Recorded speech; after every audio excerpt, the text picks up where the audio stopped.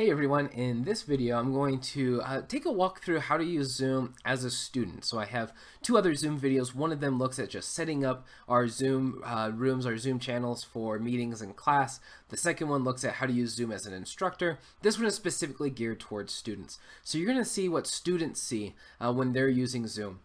If you are a student using Zoom, I'm going to talk to you about some of the features that you need to know about in order to make sure that you get the most out of your Zoom experience. So when I first launch Zoom, it's going to look something like this. So in this case, there's somebody who's sharing a video here where they just have their camera blocked. I can see along the top thumbnails of everyone who is in the call. Most of the time, I want to see everybody in the class. I don't just want to see the professor who's talking. So I turn on gallery view. This allows me to see everyone, and it condenses them into small thumbnail videos.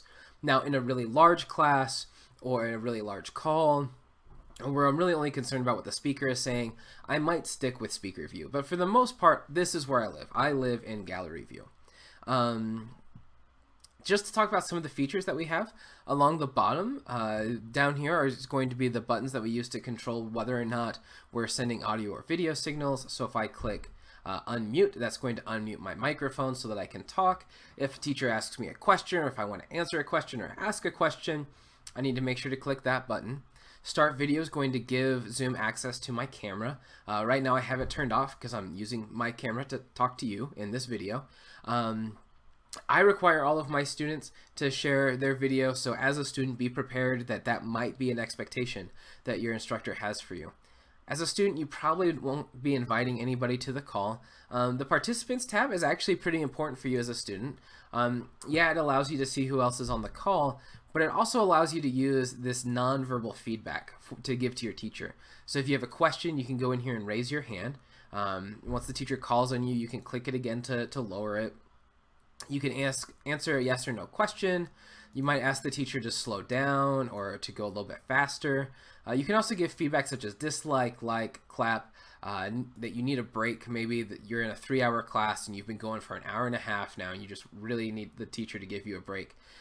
This is a good way to let that instructor know, like, hey, it's time to take time out. Also, if your video is muted and you need to go away for something, you need to go to the bathroom, you have to go get a drink, whatever it is, this away icon can be really important because it's going to stop the teacher from calling on you. Again, I always ask my students to unmute their videos, so usually the easiest sign to me that you're away is that students just mute their video again. But if you do that, make sure that you understand what your instructor's expectations are. Next is, let's do the chat next. So in the chat, you have two options. You can send a message to everyone. You can say, I did the homework, and let everybody know that you're really excited about doing the homework. Or you can just send a message to a specific person.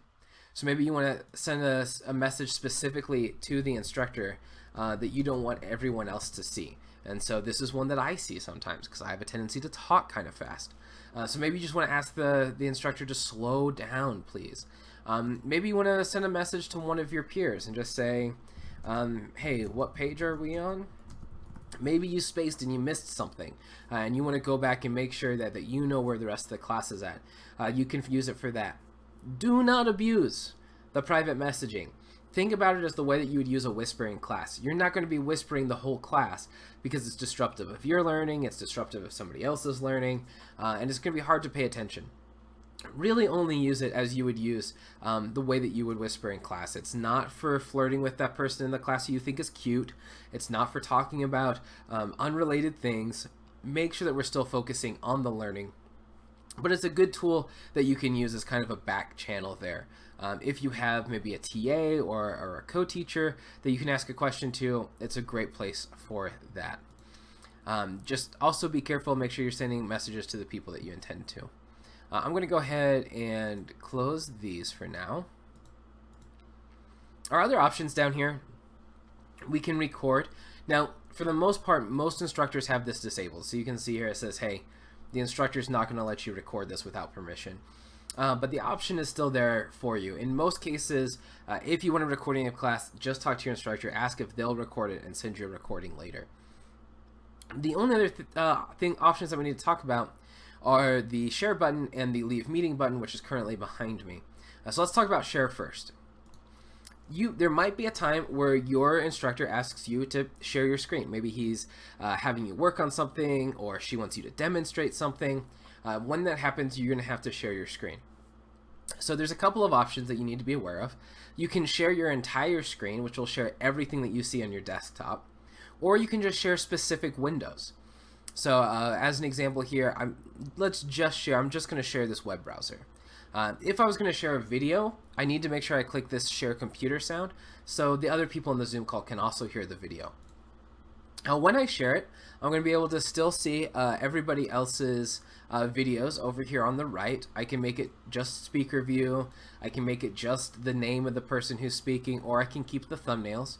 If I move this around, it will readjust to various places on the screen. For now, I'm just going to keep it over here because it's still out of the way. Now once you share your screen, the instructor might ask you to point something out. If you go to annotate, there's some really cool tools. So I can go to Spotlight and choose this Spotlight, which puts a little laser pointer on my cursor. Maybe there's a diagram that I'm sharing and my instructor wants me to point at something. I could point to OK. So if I click on it, you can see there's an arrow there.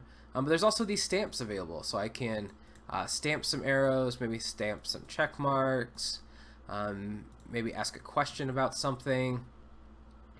And then in the draw, and you have to make sure you select one of these tools in the drop-down menu or this won't work. If I just click draw, it's just going to keep me on where I'm currently at. So by default, I think it has you on mouse. If I just click draw, it's just going to highlight things.